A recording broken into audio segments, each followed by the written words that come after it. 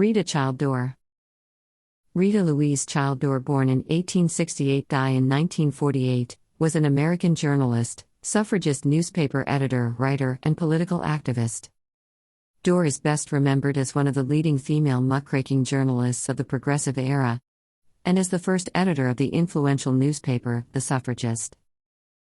Rheta Louise Childe was born November 2, 1866 in Omaha, Nebraska.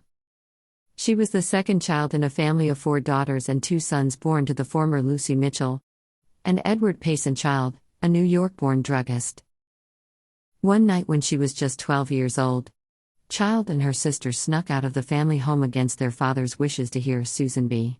Anthony and Elizabeth Cady Stanton speak on women's suffrage. The experience proved to be transformative, and Dorr became committed to the idea of voting as a fundamental right even at this early age. Childe studied for 2 years at the University of Nebraska before moving in 1890 to New York City, where she worked as a journalist. While in New York, she met John Pixley Dorr, a conservative businessman from Seattle. The couple were married in 1892 and moved to Seattle to start a family. Even after her marriage, Rheta Dorr continued to work as a journalist, interviewing gold miners returning from Alaska, writing articles for New York newspapers as a freelancer. Conflict with her traditionalist husband grew, and in 1898 the pair separated, with Rheta returning east with her 2-year-old son, where she was forced to make her own way financially as a single mother. New York Evening Post years. In 1902, Dorr went to work at the New York Evening Post, where she wrote investigative features and material on women's issues. She made special investigations as a worker in factories, mills, and department stores in order to study the labor conditions for women and children. Dorr bridled at the unequal treatment afforded women in the workplace. In 1927, she recalled of her time at the Evening Post. "Although I was a female, I had a man's ability to earn a very good living. I knew that because my services as a reporter and writer were sought by the then most distinguished newspaper in New York. It was a mark of ability to be asked to join the staff, a mark of special ability if you were a woman, because in those days very few women could get a job on a newspaper anywhere. Yet because of my sex I had to accept a salary hardly more than half that of any of my male colleagues. Moreover, I was given to understand that I could never hope for a raise. Women," the managing editor explained to me, "were accidents in industry. They were tolerated because they were temporarily needed, but someday the status quo ante, women's places in the home, would be restored and the jobs would go back where they belonged, to the men." She was eventually named the paper's women's editor, but soon came to understand that she had run afoul of the paper's glass ceiling. When she asked her managing editor what her future was with the paper, she was told she had none outside of her current position, ostensibly due to her radical political views which were outside those traditionally held by the paper. Dorr left the Evening Post in the summer of 1906 and traveled in Europe, where she became even more interested in the growing international movement to grant the right to vote to women. She continued this activity upon her return to America. Dorr wrote investigative features and gritty vignettes on the grim situation faced by urban working women for the short-lived reform periodical, Hampton's Broadway magazine. Much of this journalism was collected in hardcovers in 1910 as What 8 Million Women Want, a book which was regarded as influential in its day. Dorr was briefly a member of the Socialist Party of America and lived on the Lower East Side of New York City, where she came into contact with the city's immigrant population and became acutely aware of the economic plight of the working class.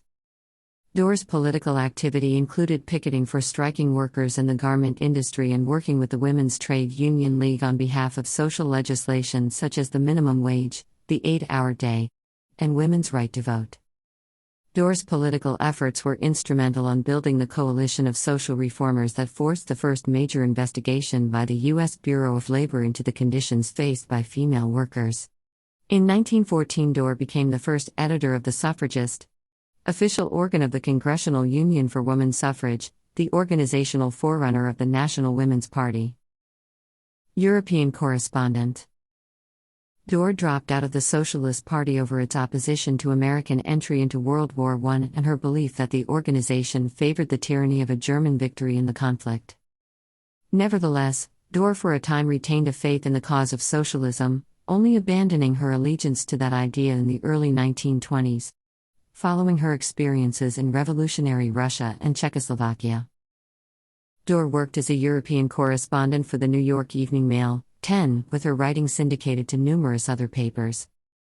In addition to her journalism, Dorr wrote 2 popular books on the European situation, including an account of the overthrow of the regime of Tsar Nicholas II entitled Inside the Russian Revolution, published in 1917, and The Soldier's Mother in France, published in 1918. Dorr returned to Washington, D.C. after the end of the war and planned to go on a tour of the United States to conduct research for a series of magazine articles.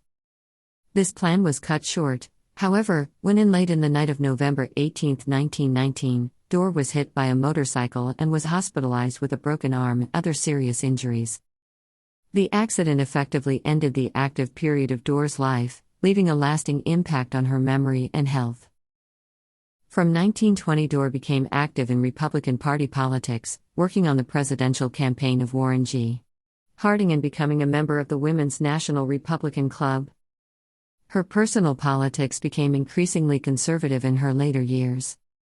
She made several trips to Europe in an effort to regain her health, from which she wrote several articles for the American press as a foreign correspondent. In 1922, Dorr assisted Anna Vyrbova with the writing of her memoir, My Memories of the Russian Court. Thereafter, Dorr wrote her own memoir, A Woman of 50, published in 1924. Dorr moved from her autobiography to a biography of Susan B. Anthony, published in 1928, and completed her publishing activity in 1929 with a tome on the question of prohibition. Death and legacy. Dorr had one son, Rheta Childe Dorr, who was a United States consul to Mexico during the presidential administration of Herbert Hoover. The former envoy died in Mexico City on September 2, 1936. Rheta Childe Dorr died in New Britain, Pennsylvania, on August 8, 1948. She was 81 years old at the time of her death. Thanks for watching HerStory channel. Don't forget to like the video and subscribe our channel.